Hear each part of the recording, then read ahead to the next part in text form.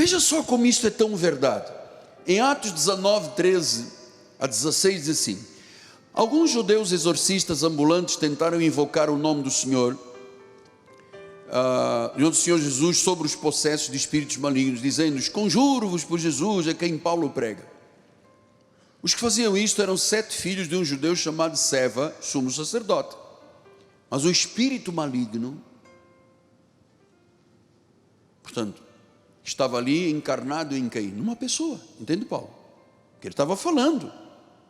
O espírito maligno respondeu: eu conheço Jesus, sei quem é Paulo. Eu sei que Jesus é Rei de Reis, Senhor dos Senhores. Ele tem todo o poder e autoridade. Eu sei quem é Paulo, o modelo do pregador da graça de Deus, que recebeu no terceiro céu a revelação. Mas vocês quem sois? E diz o que depois? Passa, bispo? Aí, e possesso do espírito maligno, saltou sobre eles. Então era uma pessoa que estava possessa de um espírito maligno. Saltou sobre eles, subjugou a todos, de tal modo prevaleceu contra eles, que desnudos e feridos fugiram daquela casa. Então, era um demônio, era o diabo encarnado, o demônio encarnado numa pessoa, que disse: eu tenho conhecimento. Ou seja, ele sabe quem são as pessoas, pelas manifestações, pelo que dizem, pelo que escrevem, pelo que comentam. Ele sabe onde está a brecha na minha vida e na sua vida, se nós dermos.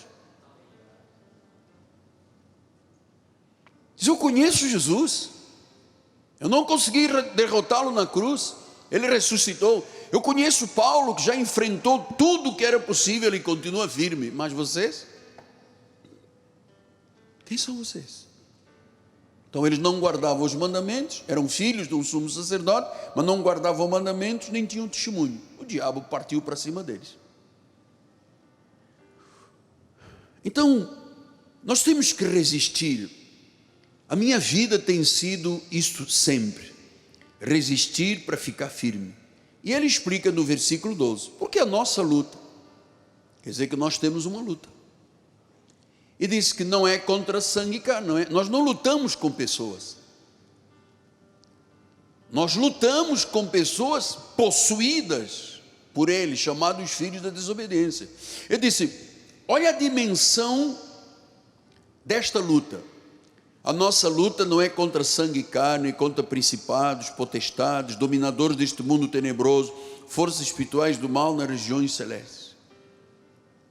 Veja, eles agem por milênios, desde a queda de Lúcifer.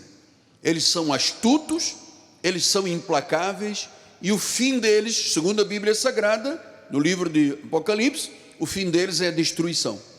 Mas eles lutam contra Deus e contra aquilo e quem é de Deus. Então esta é a nossa luta. Não é uma luta de carne e sangue, mas são agentes de Satanás, filhos do diabo. Olha o que disse Jesus: vós sois filhos do diabo e quereis satisfazer-lhe aos desejos. Quer dizer que há pessoas que são induzidas por Satanás, que querem satisfazer aos desejos de Satanás. Então Satanás diz assim: mata a tua mulher, ele vai lá e mata. Dá 32 facadas na sogra, ele vai lá e dá. Porque ele quer satisfazer aos desejos de Satanás. E os desejos de Satanás são sempre os piores, os mais perversos desejos. Então, é uma luta séria, é uma luta forte, é um inimigo astuto. E veja como nós precisamos estar na igreja e ouvir a palavra e crescer e amadurecer, porque diz que Satanás se transforma em anjo de luz. Como é que eu estou olhando para um anjo de luz e não é um anjo de luz, é Satanás? Eu tenho que ter discernimento de espírito. Paulo em Romanos 16, 20 disse: e o Deus da paz em breve esmagará debaixo dos vossos pés a Satanás. Apocalipse 19, 20.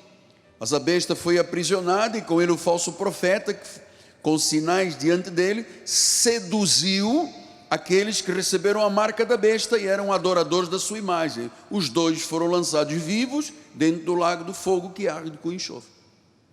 Então diz que seduz. Satanás é muito sedutor. Eu não sei quem Algum de vocês viu um filme chamado O Advogado? Alguém viu esse filme?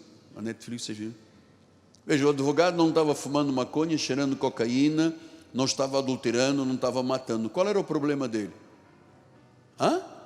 Vaidade. O diabo sabe, porque o vaidoso é soberbo, e o soberbo é orgulhoso. O que lhe espera? Ruína e derrota. Mas as pessoas sabem disso e continuam sendo. Esse é que é o problema, porque há tanta gente caindo na vida espiritual. Então, vamos voltar lá ao 13. Portanto, tomai toda a armadura de Deus, para que possais resistir no dia mau, e depois de ter vencido tudo, permanecer inabalável. Talvez você diga: mas apóstolo, isto é um desafio grande demais para nós. Como é que eu posso lidar com isto? O Senhor está falando em principados, potestades, dominadores tenebrosos, forças espirituais do mal. O Senhor está falando de um contexto gigantesco e poderoso. Como é que eu vou lidar com isso? Ainda mais que eles agem com ciladas. Bom, só existe uma forma para resistir a este desafio, é você entender esta noite o que é a armadura de Deus.